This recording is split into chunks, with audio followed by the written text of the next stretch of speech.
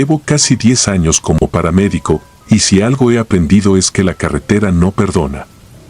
Lo digo sin ánimo de dramatizar. El asfalto es una piel fría, vibra con el paso de los tráileres, guarda el calor del día y, cuando anochece, queda cubierto por una respiración de neblina que te engaña con los faros. En 2019 me tocaba guardia nocturna en Guadalajara. Era diciembre y el aire olía a metal, a tierra húmeda y a combustible viejo. A las 3:12 sonó el radio con la sequedad de siempre.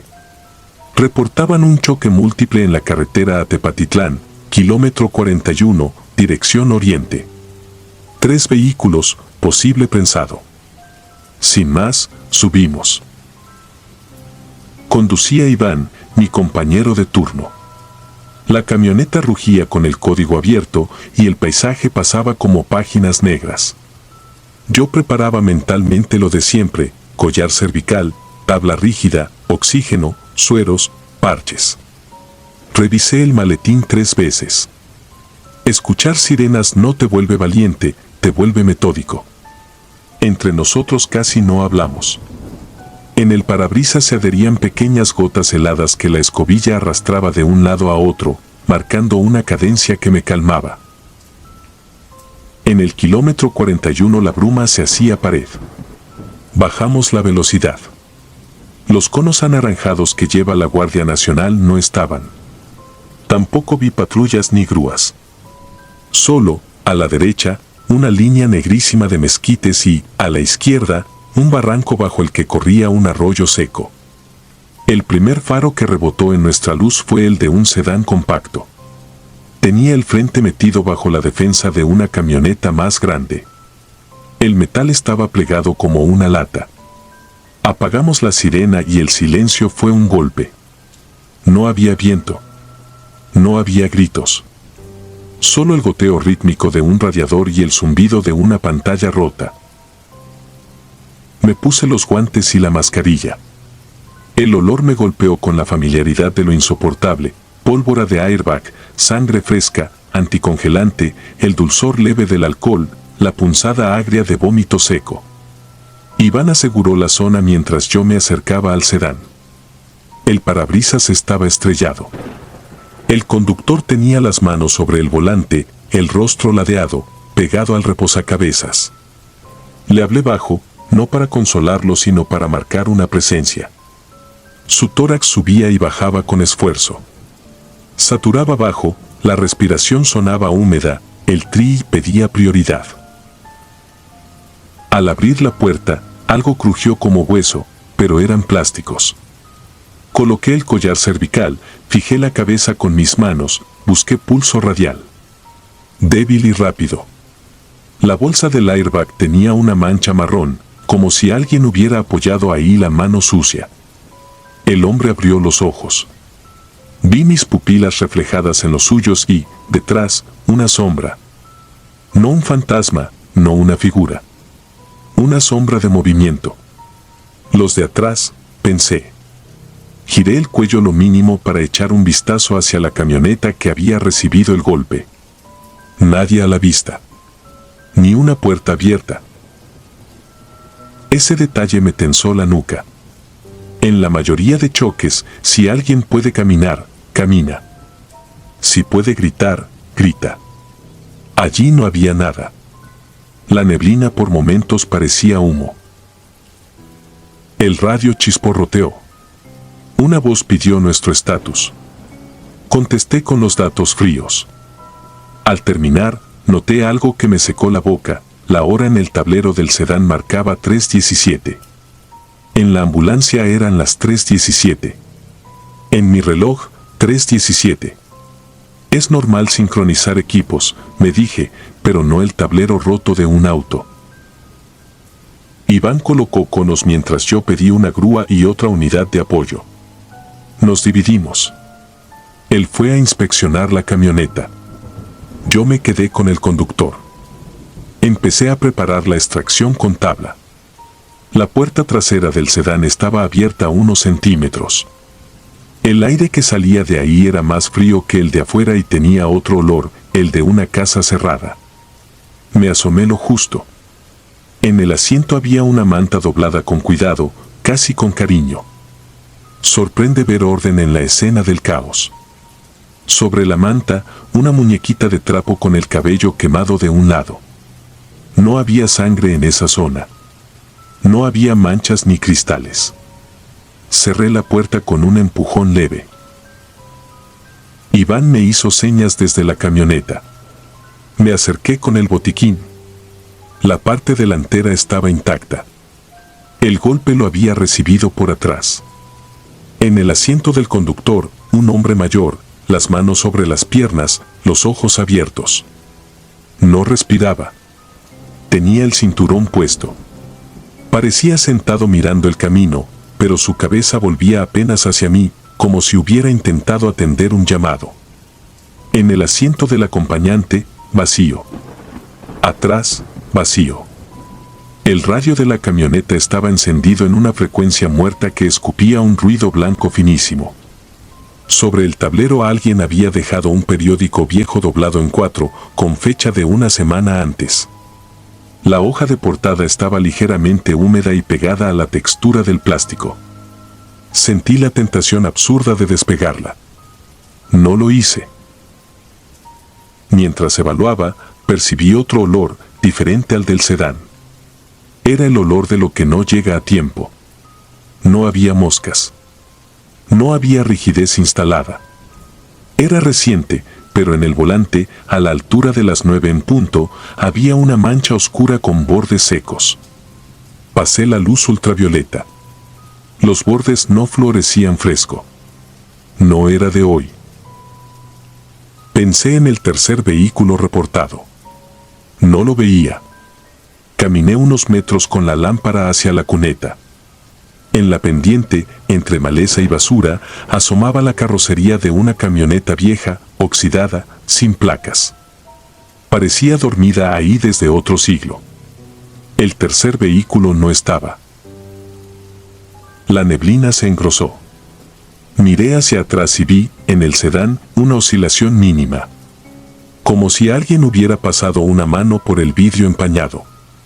Volví. El conductor había cerrado los ojos. Saturaba peor. Lo intubé. Cuando lo intubas, toda la escena se reduce al tubo, a la glotis que no se deja, al timbre del capnógrafo. El capnógrafo cantó bajo y constante. Sujeté el tubo, lo fijé. A lo lejos, por fin, escuché otra sirena.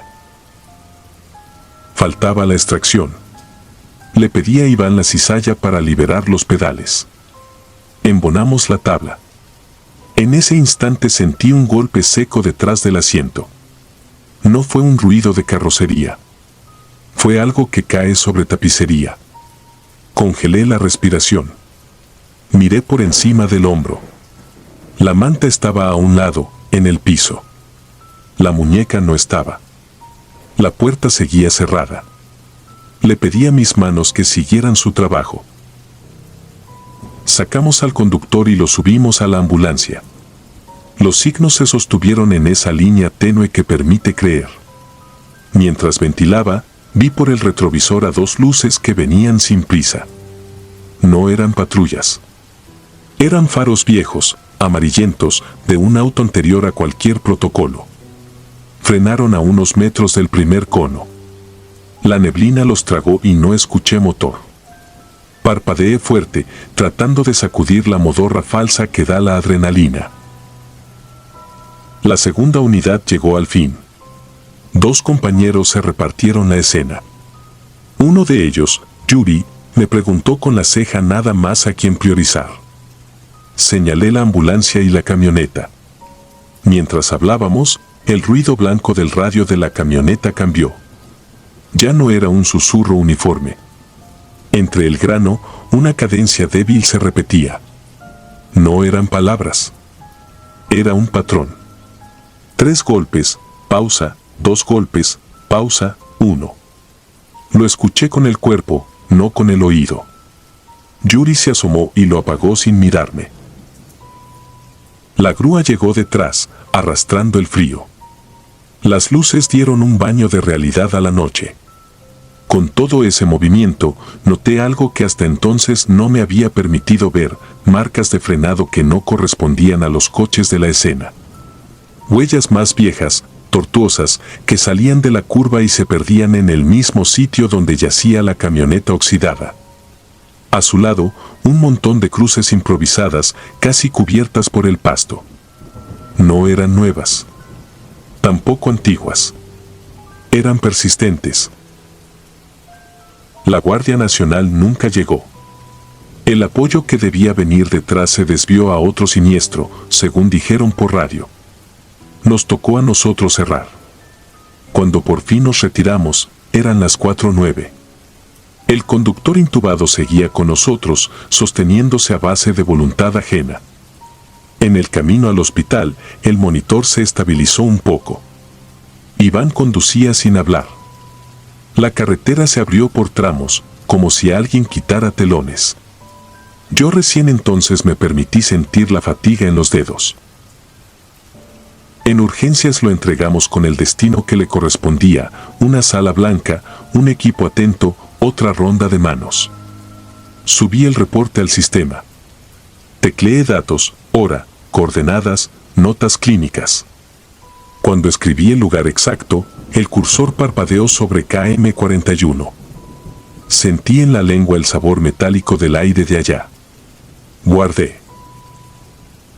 Esa misma tarde regresé a base.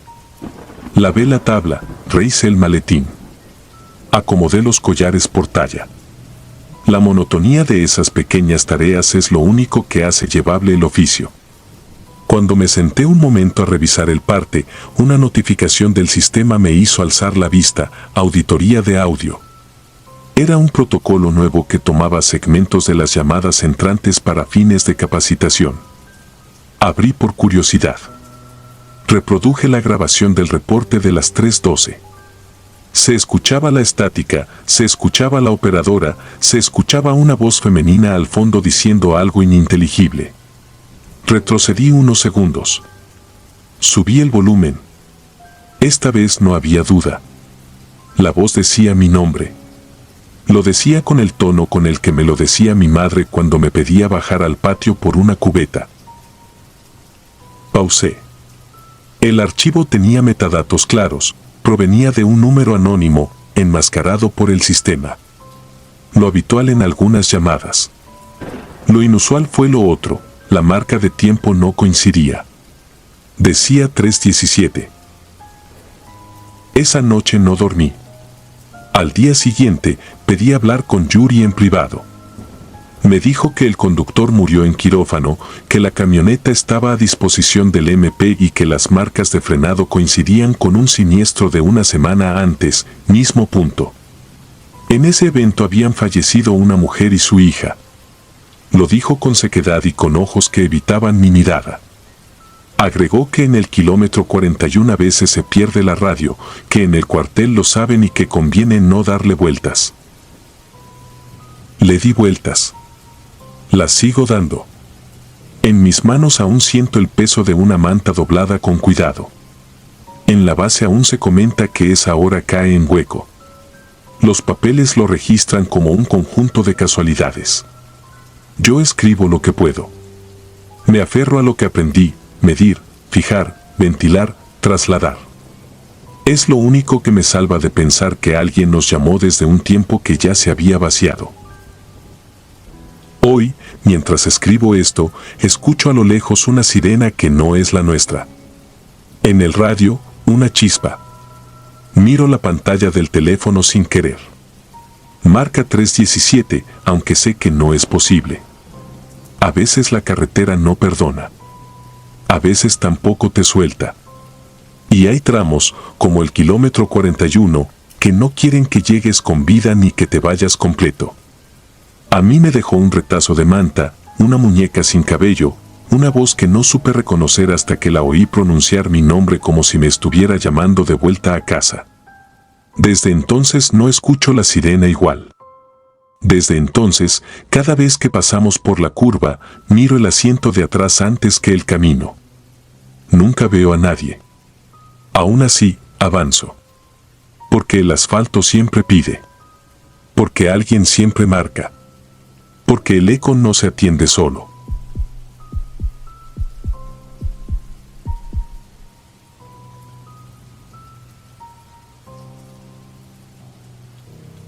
Me llamo Adrián. Soy paramédico desde 2014. Lo que voy a contar ocurrió una madrugada fría de diciembre de 2019, en un tramo de la Libre que cruza el desierto entre Chihuahua y Jiménez. Conozco bien ese camino. Es recto, engañoso y silencioso. En él he visto de todo. Hierro retorcido, vidrios que parecen sal, gente que respira como si bebiera el aire con una cuchara, gente que deja de hacerlo sin hacer ruido. Uno se acostumbra a los procedimientos, a tocar por reflejo el maletín, a revisar la batería del desfibrilador, a repetir mentalmente el ABC. Pero no a ciertas miradas. A la sensación de que, en medio del polvo y la noche, alguien más escucha junto a uno. La llamada entró a las 2:13. Vehículo fuera del camino, probable volcadura. Coordenadas aproximadas. Cero señal del que reportó, quizá un automovilista de paso. Salimos en la ambulancia con Rafael al volante y Zaira en la parte trasera revisando el equipo. El frío mordía. El cielo estaba sin luna.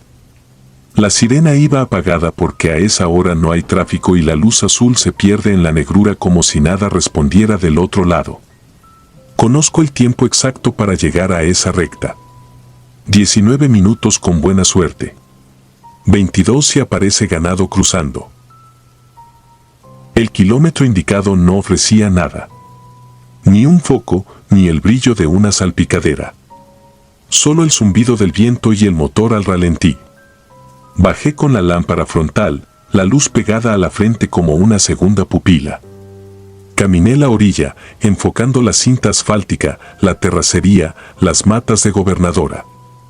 Hay un modo de leer el suelo. Si la tierra está abierta, si hay dos surcos paralelos, si el pasto se aplasta con una dirección clara, es que algo se salió y siguió. Encontré al fin un dibujo en el polvo. Una huella quebrada que se perdía hacia la oscuridad. Rafael estacionó la ambulancia con las torretas en modo destello. Zaira trajo el collar cervical, la tabla corta y la bolsa de trauma. La camioneta estaba de costado a unos 30 metros de la carretera, apoyada contra una cerca de alambre. No había humo ni fuego. Las bolsas de aire reventadas parecían dos hongos blancos colgando. El parabrisas tenía una estrella centrada. Las luces aún parpadeaban con un tic intermitente, sin ritmo. Ese tic fue lo único que sonó. Ni radios, ni voces, ni un quejido. Abrí la puerta del conductor con la palanca. El hombre estaba desorientado, la frente abierta, la boca seca, el cinturón clavado en el esternón. Tenía pulso rápido y piel fría. Hicimos evaluación primaria. Vía aérea permeable, respiración superficial, circulación con taquicardia. Le inmovilicé el cuello, corté el cinturón, controlé el sangrado con compresas. Zaira monitorizó saturación y presión. Rafael alumbraba con la lámpara grande cada que yo pedía sombra o luz. En el asiento del copiloto no había nadie. En la parte trasera, cajas de herramientas, una cobija, juguetes sueltos. La silueta de una sillita para carro, vacía. Revisé el perímetro con la lámpara frontal. La malla de la cerca estaba forzada por el golpe. Más allá, el terreno descendía unos 2 metros hacia un cauce seco. No escuché nada. Solo el viento helado y el chasquido de un plástico que iba y venía contra un poste. Volví la vista a la cabina y entonces la vi. Fue un instante y fue completo. Una niña sentada detrás, del lado derecho, abrochada con el cinturón como si esperara la orden de salir. La luz de mi frontal le pegó de costado, dibujando una línea blanca en la mejilla.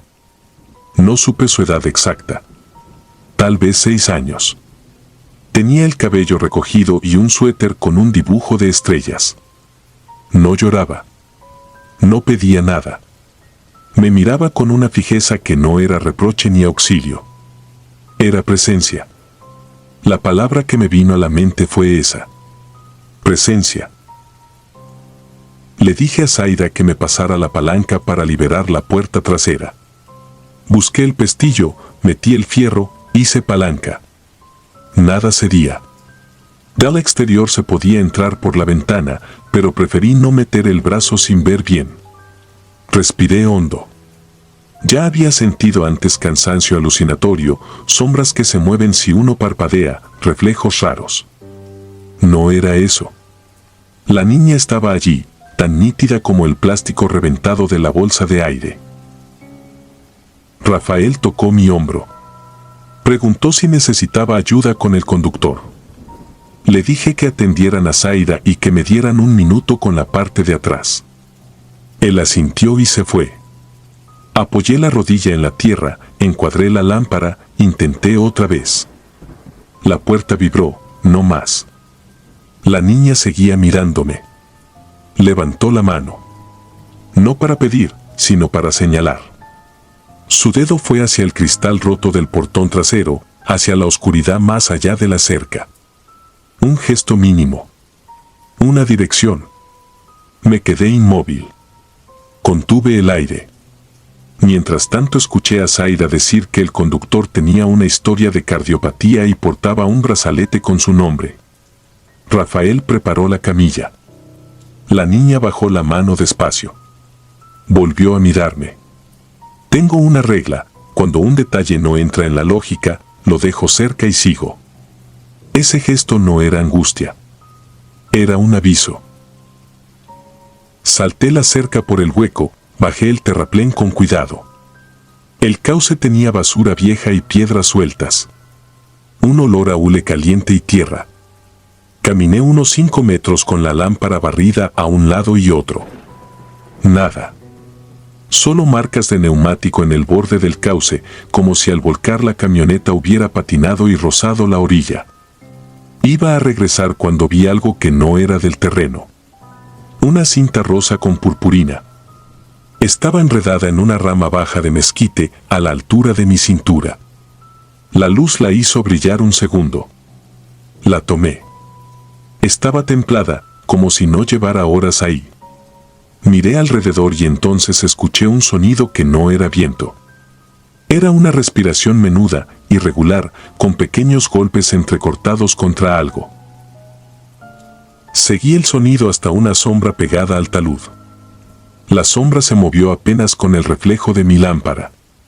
Había un hueco entre 2 piedras más grandes, un espacio que la maleza escondía.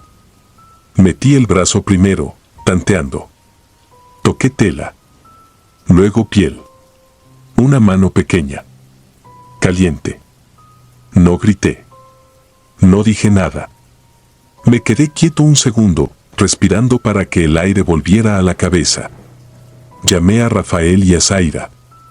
Les dije que había una menor debajo del talud, consciente a juzgar por la respiración, probable atrapamiento de la pelvis o las piernas. Pasé los datos como si dictara en un examen. Ellos respondieron en automático. Rafael trajo la cuerda y los calzos. Zaida se deslizó conmigo. Entre los 3 hicimos palanca con las piedras, sostuvimos el peso y deslizamos a la niña sobre la tabla corta. Tenía la frente con un raspón y tierra en las pestañas. Olía a sudor y a lavado reciente. No lloraba. Miraba hacia arriba y parpadeaba lento. Podía mover los brazos. Dijo su nombre con un hilo. Escuché.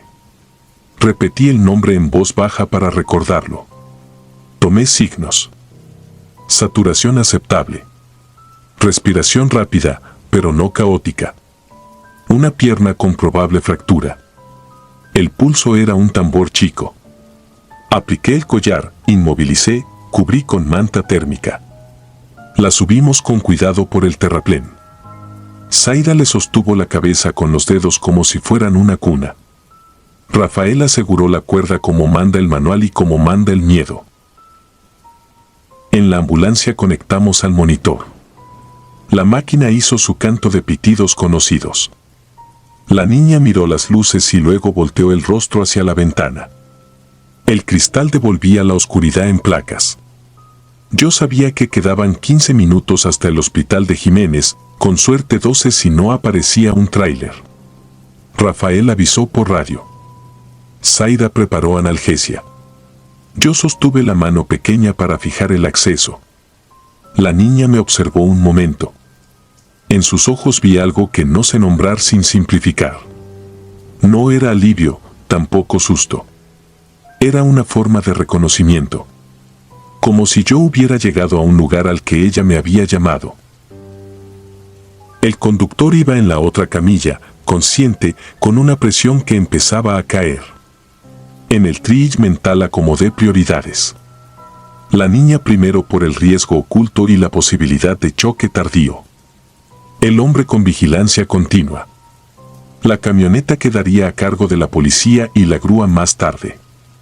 Zaida me preguntó si había visto a alguien más en el coche. Dije que no. Lo pensé un segundo. Volví a pensar en la sillita vacía. En el suéter de estrellas. En la mano que señaló hacia el cauce. Mientras avanzábamos, la sirena ahora sí encendida, el monitor dibujaba un paisaje de picos y valles. La máquina es indiferente. Uno lee su alfabetismo frío. Sin embargo, en el vidrio lateral, con cada destello de la torreta, yo veía por fracciones una silueta sentada en el asiento plegable frente a mí. Sin rasgos. Solo un contorno de hombros y cabeza. Se formaba con la luz y se disolvía con el parpadeo. No era mi reflejo ni el de Zaida. No coincidía con ningún movimiento de la cabina. No se inclinaba, no respiraba.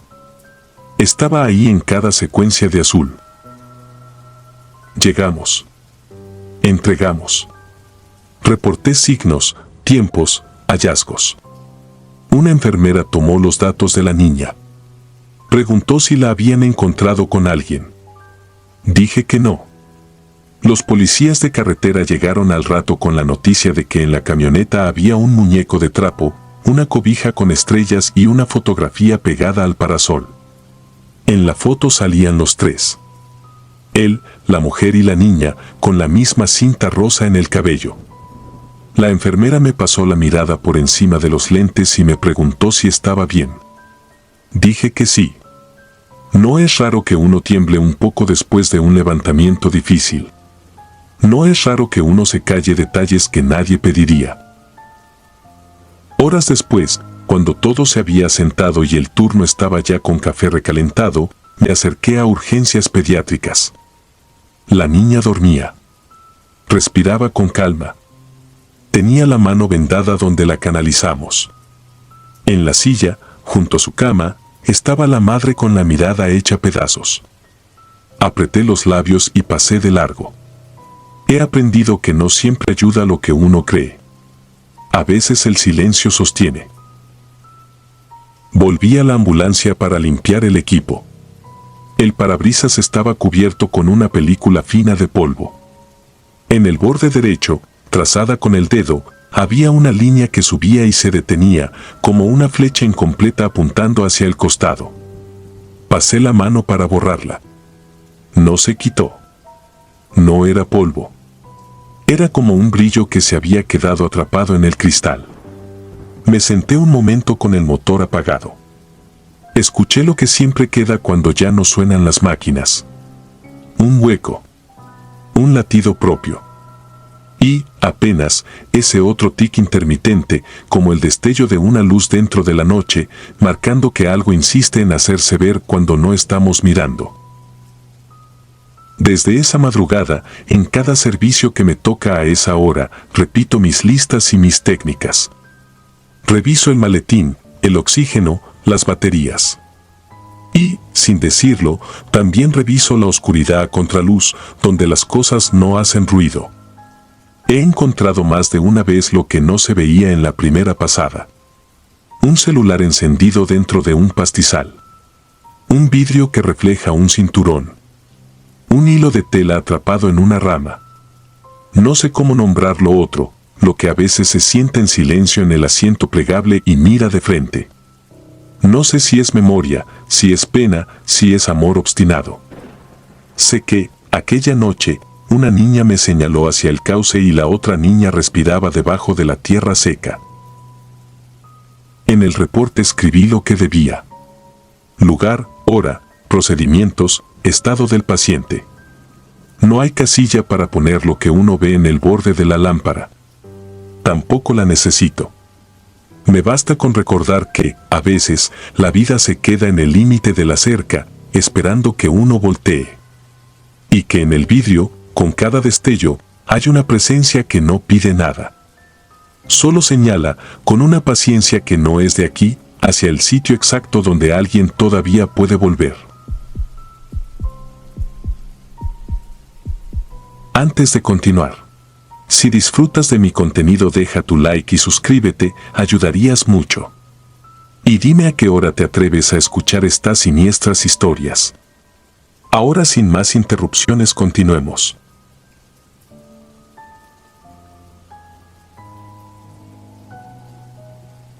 Me llamo Darío, técnico en urgencias médicas desde 2013. Aprendí a medir el mundo en pulsos, presiones y tiempos de respuesta. Con los años uno se acostumbra a la sangre, a los huesos en ángulos imposibles, al olor del combustible derramado y de la adrenalina ajena. Lo que nunca pude normalizar fue el silencio después de la sirena, cuando queda flotando un aire frío que no corresponde a la hora ni a la estación. Ese frío me siguió una noche de 2019 en la carretera libre de San Luis Potosí a Matehuala, a la altura de un tramo sin luminarias, donde el pavimento parece tragar sonido.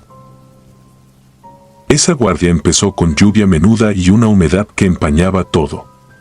Ya habíamos entregado a un adulto mayor con insuficiencia respiratoria cuando entró el reporte de un choque contra poste, posible atrapado, coordenadas imprecisas cerca del kilómetro 128. Conducía Isaías, mi compañero, un tipo práctico que guardaba números de placas y nombres de colonias como otros guardan cumpleaños. Íbamos sin música. Solo escuchábamos el golpeteo del agua en el toldo y el zumbido del desfibrilador en stand-by. Al llegar, nos topamos con una patrulla cansada, faros prendidos y un automóvil compacto atravesado en el acotamiento. La parte delantera estaba hundida contra el concreto de un señalamiento doblado. La bolsa de aire se había abierto y el cristal del parabrisas tenía una telaraña perfecta centrada del lado del conductor. No había fuego, pero olía a aceite caliente y plástico quemado. En la cabina había dos personas. Una mujer joven en el asiento trasero, inmóvil, cabeza ladeada, un hombre en el asiento del conductor, con el pecho hundido por el golpe del volante. La escena pidió manos rápidas. Revisé vía aérea, ventilación, circulación. El conductor no tenía pulso carotídeo, pupilas fijas. El cuello mostraba un hematoma creciente y el tórax un silencio absoluto a la auscultación. Lo confirmé con el monitor, una línea quieta, horizontal, que pareció burlarse de mis dedos ansiosos. La mujer atrás respiraba de forma superficial, con un hilo de aire que hacía un ruido húmedo al entrar. La extrajimos primero con ayuda de los municipales. Collarín, tabla, monitores, oxígeno. Se la llevó otra unidad que llegó minutos después. A nosotros nos tocó el hombre. Mientras pedíamos la herramienta para abrir la puerta atorada, Isaías vio algo atorado bajo el asiento del conductor. Era un frasco de vidrio, pequeño, envuelto en un trapo que se había remojado con algún líquido oscuro. No era gasolina. Tenía un olor azufrado, como de huevo podrido con hierbas. Isaías se lo pasó a un oficial. Yo intenté ignorar el detalle para no distraerme, tijera de trauma, corte de cinturón, maniobra de extracción. La puerta se dio con un crujido y logramos liberar el cuerpo. Confirmé lo inevitable. Tiempo de paro, 0:31. Sin signos de vida. Lo cubrimos con la sábana verde que siempre se siente más pesada de lo que debería. El oficial volvió con el frasco. Decía que adentro había tierra y cabellos atados con hilo, alfileres oxidados clavados en algo que parecía piel reseca. No quise verlo. En emergencias uno aprende a no meter la nariz donde no hace falta.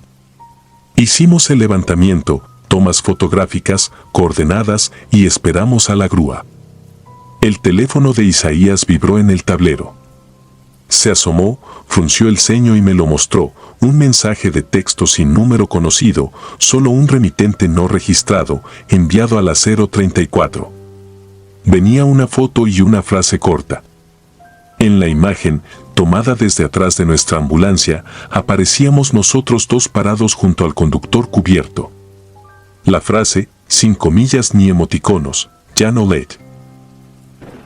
Pensé en broma de mal gusto, en oficiales aburridos, en cámaras de vigilancia con acceso indebido. Le dije a Isaías que lo ignorara. Él, que parecía no creer en nada salvo en mapas y horarios, se quedó callado. El silencio pesó dentro de la unidad, como si el aire se hubiera espesado. Cuando nos retiramos, la patrulla se quedó con la grúa.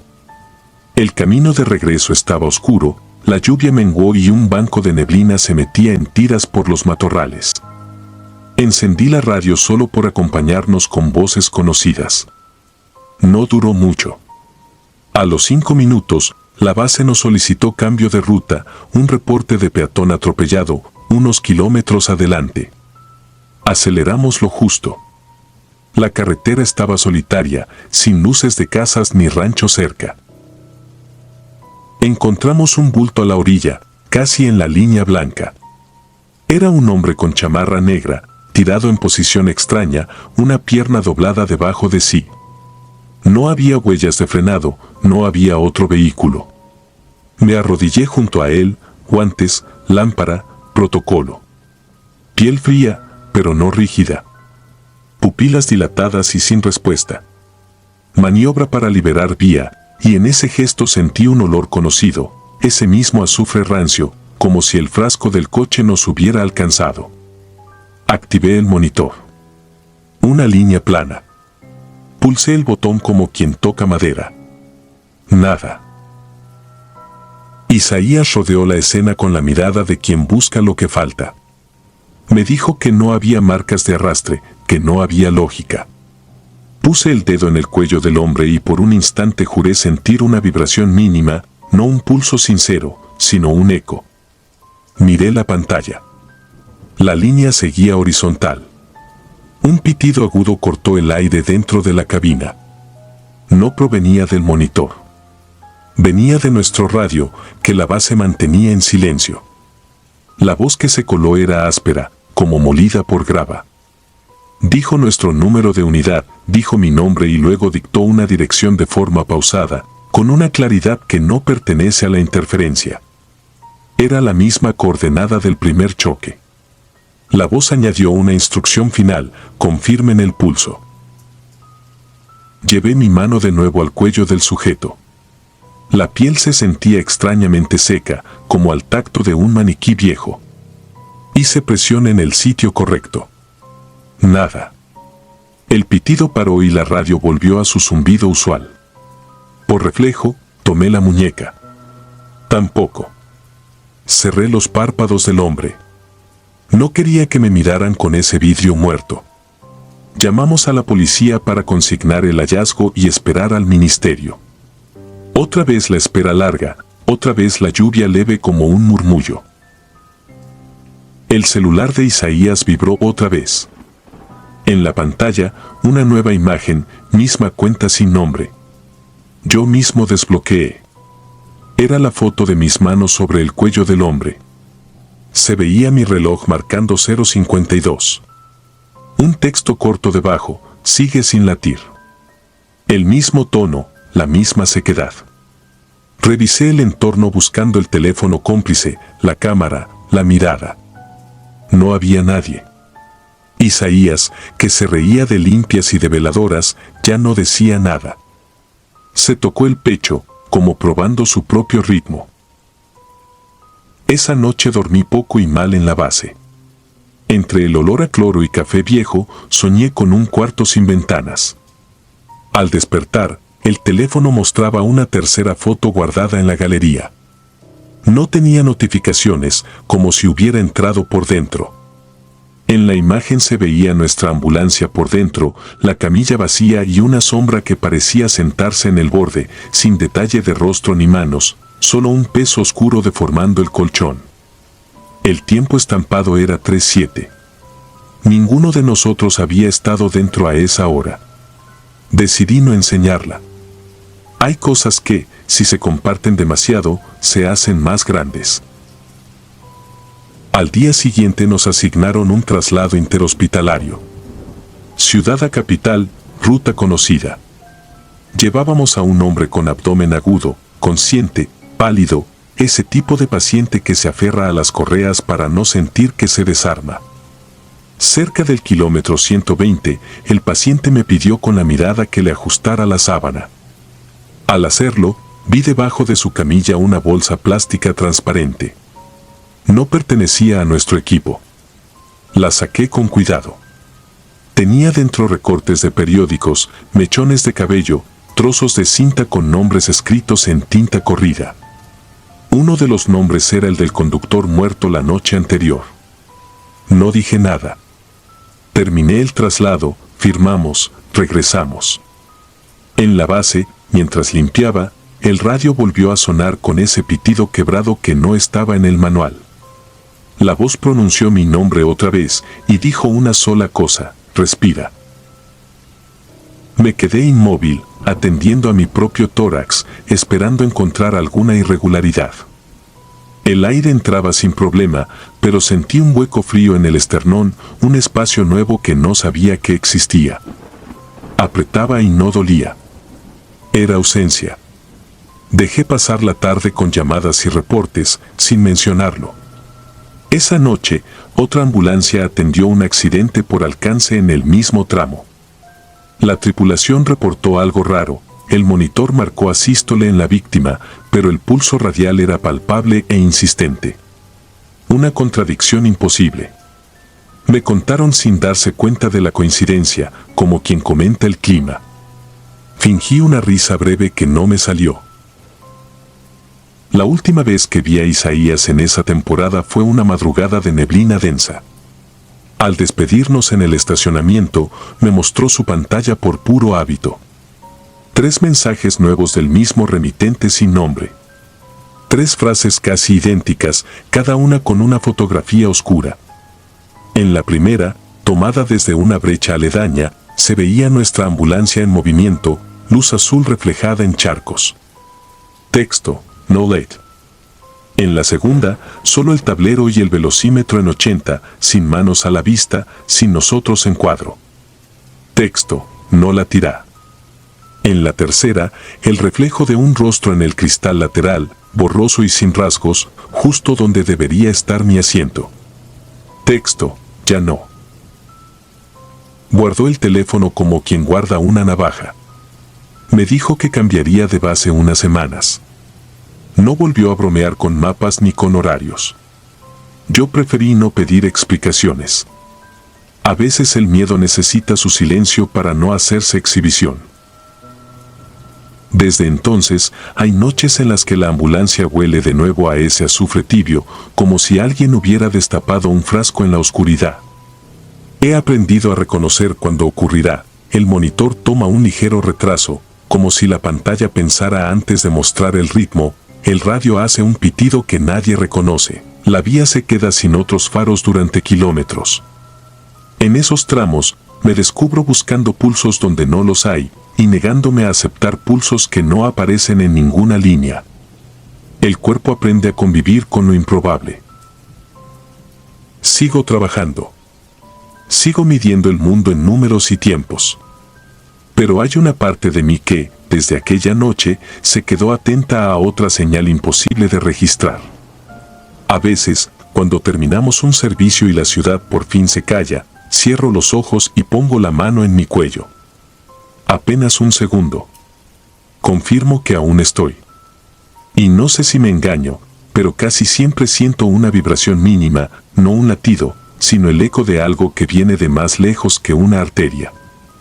Algo que tal vez ya me está llamando por mi nombre a través de una radio que nadie sabe arreglar en una carretera donde la niebla es más paciente que cualquiera de nosotros. Algo que, cuando por fin llegue, moverá la sábana y dejará su peso en la camilla sin pedir permiso. Mientras tanto, conduzco. Atento a la línea blanca, a la lluvia menuda, al rumor constante del desfibrilador en stand-by. Y a ese silencio que queda después de la sirena, un silencio que aprendí a respetar como se respeta a los que no regresan. Si alguna vez me toca escuchar mi nombre seguido de esa instrucción única, la que nadie debería recibir, espero reconocer a tiempo la verdad. Que hay pulsos que ya no se miden en monitores. Que hay reportes que no pasa la base. Y que, a veces, el parte final llega desde un lugar donde el oxígeno no sirve y el reloj solo marca una hora fija.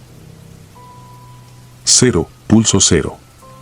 Y un olor, leve y tibio, que no necesita abrirse para llenar todo.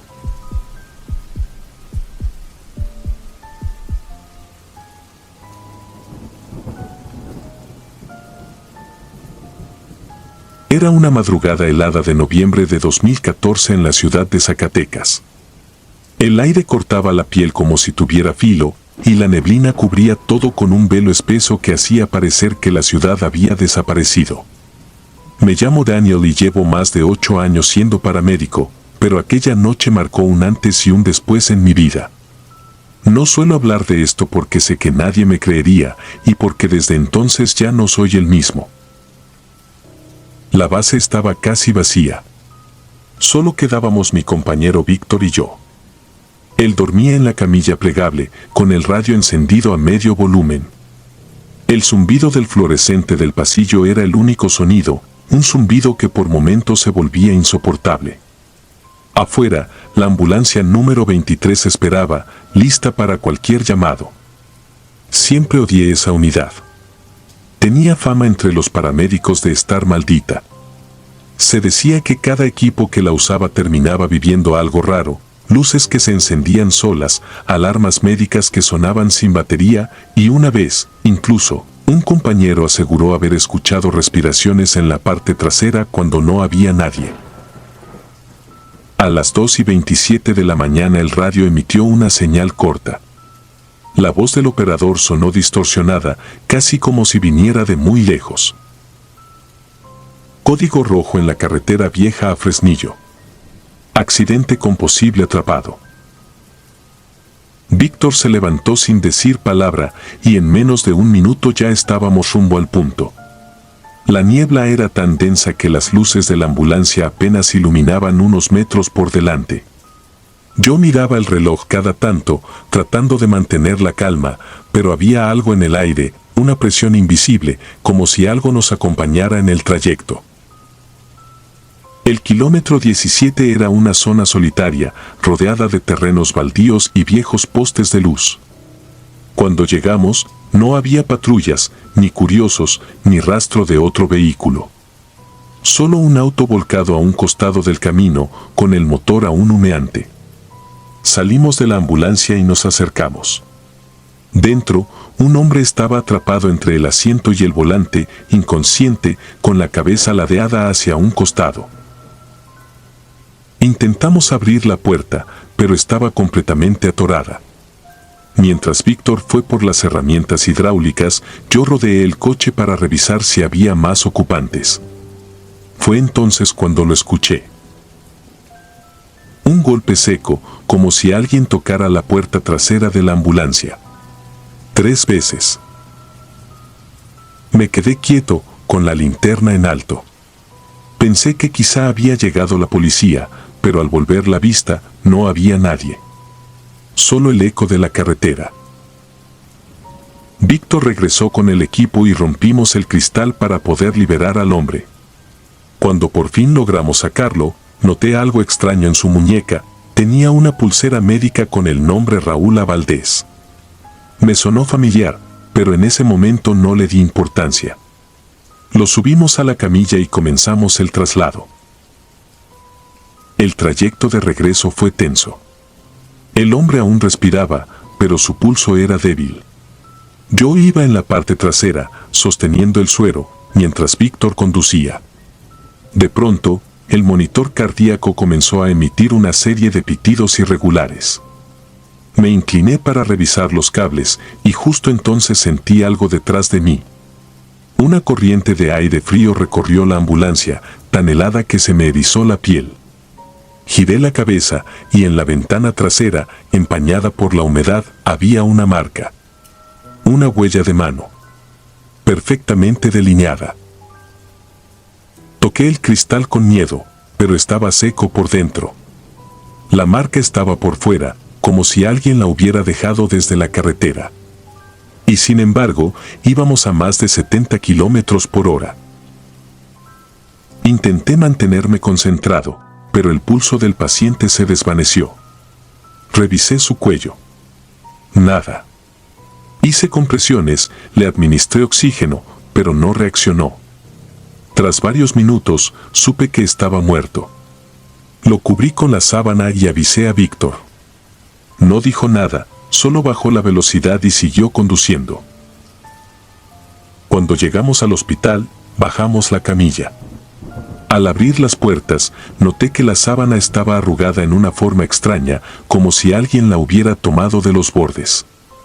Y algo más, la huella seguía allí, en el cristal, pero ahora era más grande, más oscura. Entregamos el cuerpo y regresamos a la base en silencio. No hablábamos, pero ambos sabíamos que algo no estaba bien. Al estacionar la ambulancia, vi el reloj del tablero, 3:11 de la mañana. Exactamente el mismo minuto en el que, según supe después, el paciente había sido declarado muerto. Esa noche no dormí. Pasé horas pensando en lo ocurrido.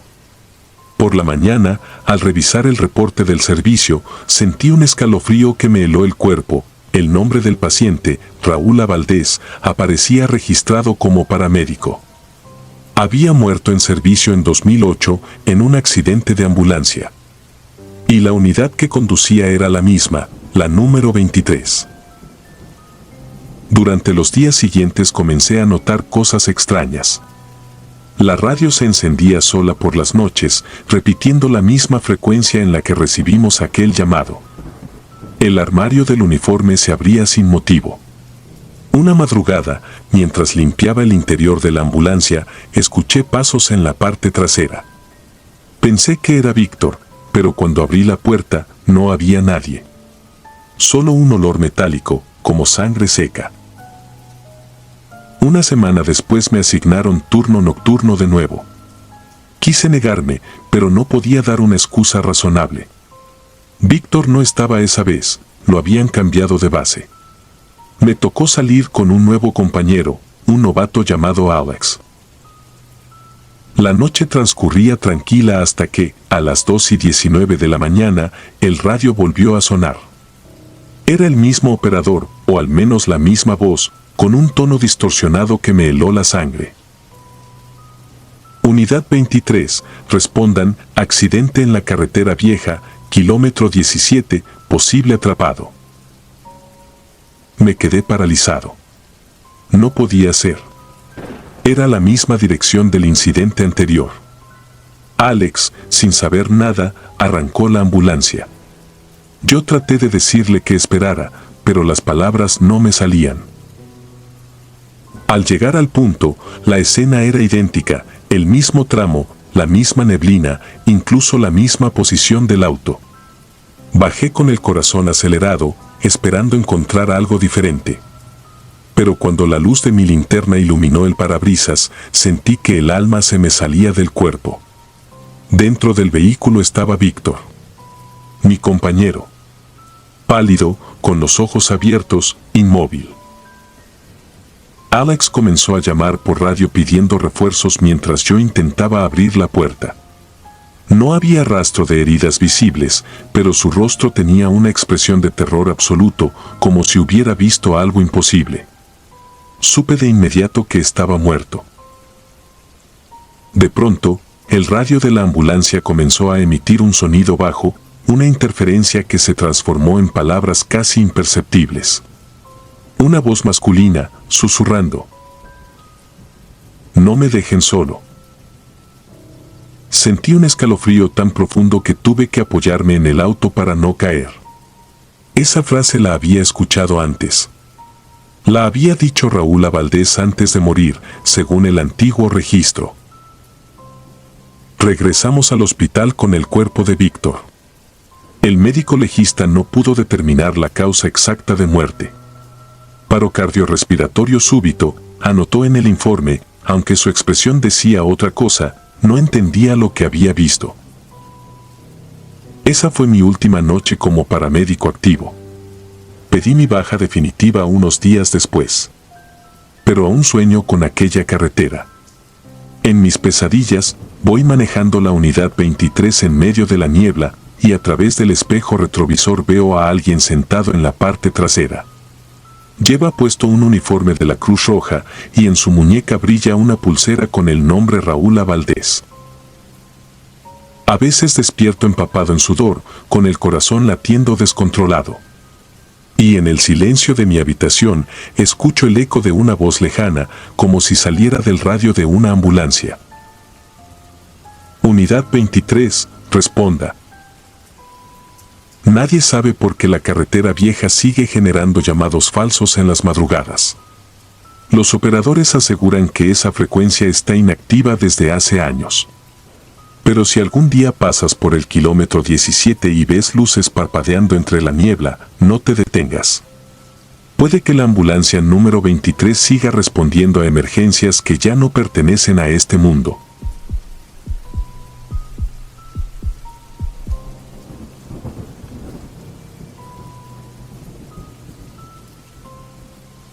Me llamo Darío y soy paramédico en Campeche. Llevo años en esto, suficientes como para saber que la mayor parte de las noches se parecen, luces frías, termos con café quemado y una fila de respiraciones ajenas que uno intenta mantener andando con cinta, sueros y paciencia.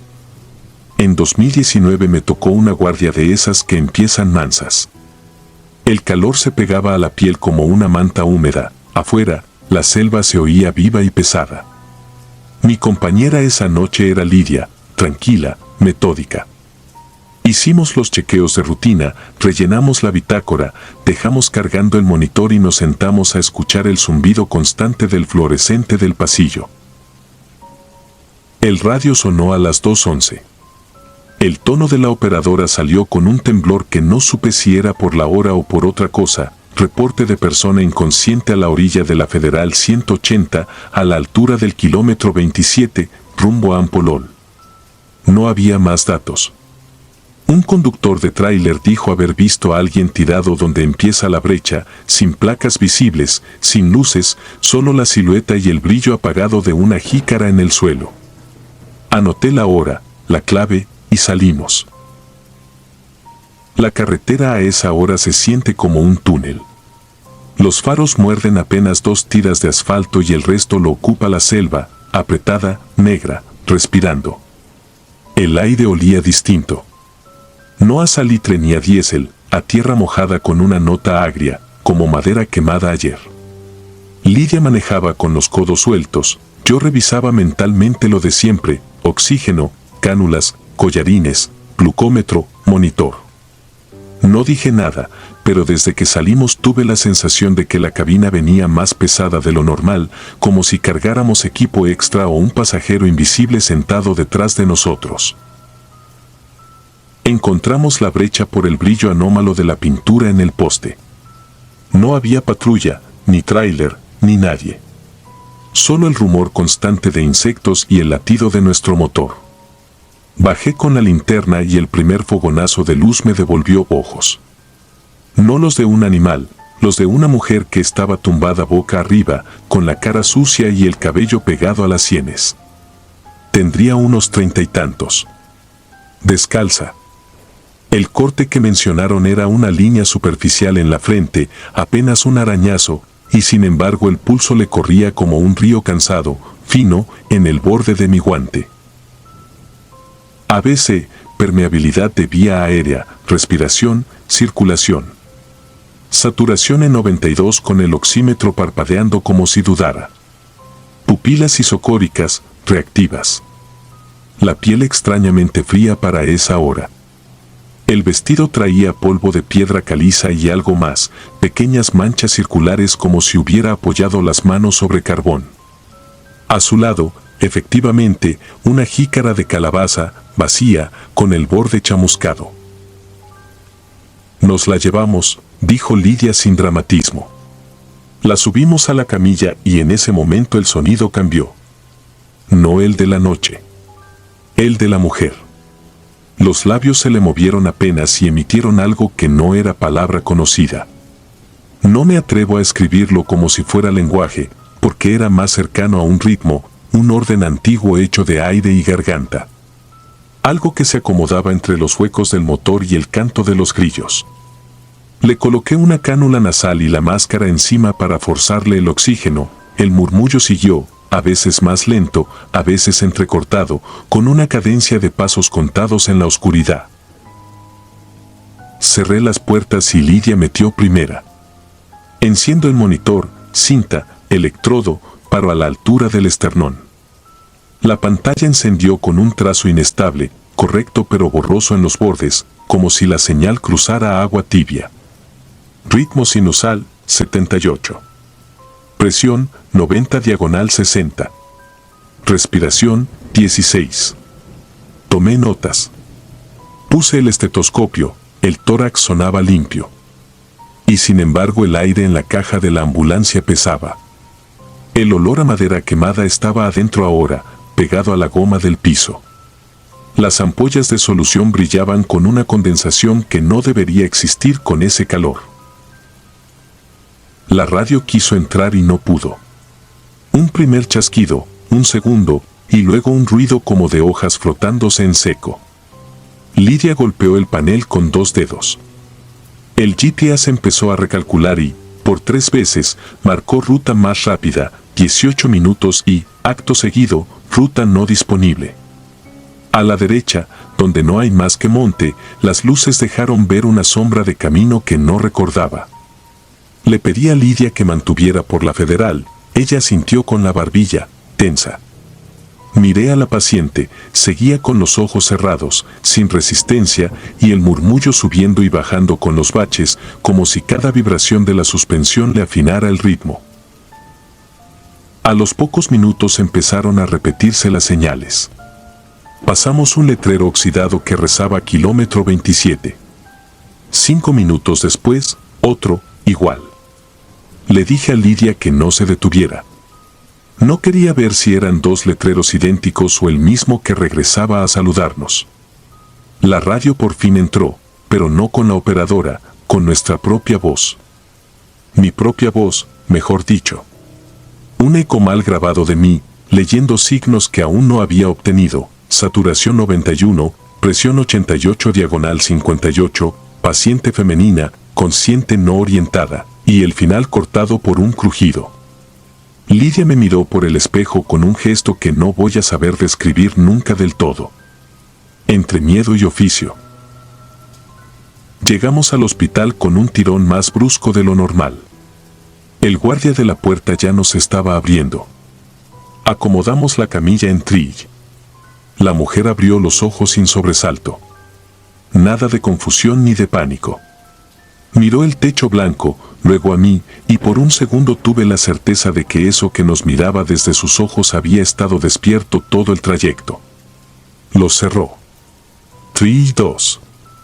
La recibieron. Firmé la hoja de traslado, entregué verbal, me colgué el estetoscopio y regresé a la ambulancia con esa sensación rara de haber dejado algo mal cerrado. 10 minutos después, regresé a preguntar por el número de cama para completar la bitácora. La enfermera de Trill me dijo que no había entrado ninguna mujer en ese lapso. Le repetí la hora. Miró el reloj, la libreta, la computadora. Nada. Me acompañó a urgencias. El médico de turno, con ese cansancio viejo de los que ya vieron demasiado, dijo que no conocía el caso. Le conté la escena de carretera, el murmullo. Se le endureció la mirada, pero no dijo nada. El guardia juró que nos abrió. Busqué la jícara para usarla de prueba de existencia. No venía en la bandeja de pertenencias. No venía en ningún lado. Volvimos a base cerca de las 4. El fluorescente del pasillo seguía fallando. Hice el cierre de bitácora y ahí encontré la primera falta. El renglón del número de traslado tenía la hora, la clave, el destino, pero el nombre del paciente estaba vacío. Ni siquiera un NN de trámite. No me acuerdo de haberlo dejado en blanco. A la mañana siguiente, al limpiar la camilla, vi unas marcas en el metal donde se fijan los seguros. No eran rayones de uso. Eran líneas delgadas, repetidas, formando curvas que parecían serpientes que se muerden la cola. Lidia me llamó para que viera algo en la puerta trasera, un cerco de huellas de manos en negativo, como si alguien hubiera apoyado los dedos húmedos por dentro del vidrio y luego retirado la mano con cuidado. Pasé un paño. Desaparecieron, pero quedó el círculo opaco. Las semanas siguientes se desajustaron. Cada vez que cruzábamos de noche por ese tramo, el GPS parpadeaba justo al 27. A veces marcaba el hospital a 0 minutos. A veces decía sin ruta. Una madrugada el monitor imprimió una tira sin que nadie lo tocara, la recogí del suelo y leí, en la tinta azul, mis propios números de aquella noche, pero con un detalle mínimo distinto. En esa tira, la presión se corregía a 120 diagonal 70 justo cuando yo recuerdo haber anotado 88 diagonal 58. Como si en alguna versión del trayecto el cuerpo hubiera decidido regresar a los valores normales. No lo conté a nadie más. No hay manera de contarlo sin que suene a superstición o a un error de turnos pegados. Y, sin embargo, a veces las cosas no piden permiso para ser. Una madrugada, ya cerca de las 3, me quedé solo en la base. Lidia salió a la tienda. La ambulancia estaba abierta para ventilar. El olor a madera quemada volvió con una claridad que me heló la nuca. Me subí atrás, más por no huir que por valentía. El interior estaba en silencio. El plástico de los cajones con su opacidad habitual. El piso con la goma ya curtida por años de botas. Puse la mano en la barandilla de la camilla y sentí una vibración leve, rítmica, desfasada del motor que estaba apagado. Como un pulso de alguien que duerme. El radio lanzó un chasquido. Luego, mi voz. Pero no era la grabación que ya había escuchado en ruta. Era mi voz diciendo algo que yo no había dicho. Paciente masculino, 40 años, pescador, encontrado en brecha.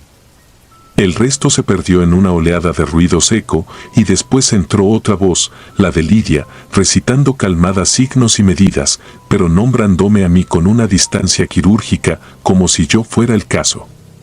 Me dejé caer en el banco y sentí como la cabina se cerraba alrededor, sin puertas. El fluorescente del pasillo hizo 2 amagos y murió. La noche se quedó pegada a los vidrios. Miré la bitácora, abierta en la página que yo había dejado sobre el banco. No estaba en blanco. Alguien, con mi letra, había escrito, entrada por carretera 180, KM 27. Paciente sin nombre. Traslado completado. Y debajo, con una tinta más pálida, como de día viejo, el que lleva, es llevado. No agarré ninguna superstición ese día. No recé. Limpié. Cerré. Volví a casa con las manos temblando y un cansancio distinto, como si en alguna parte hubiera corrido de más. Desde entonces sigo trabajando. No he dejado la guardia. Hacemos lo que se hace, asegurar vías, cambiar sueros, cargar a pulso cuerpos que pesan más por lo que dejan que por lo que son. A veces, cuando toca pasar por el 27, respiro por la nariz y busco intencionalmente el olor a madera quemada. Si no lo encuentro, me inquieto más.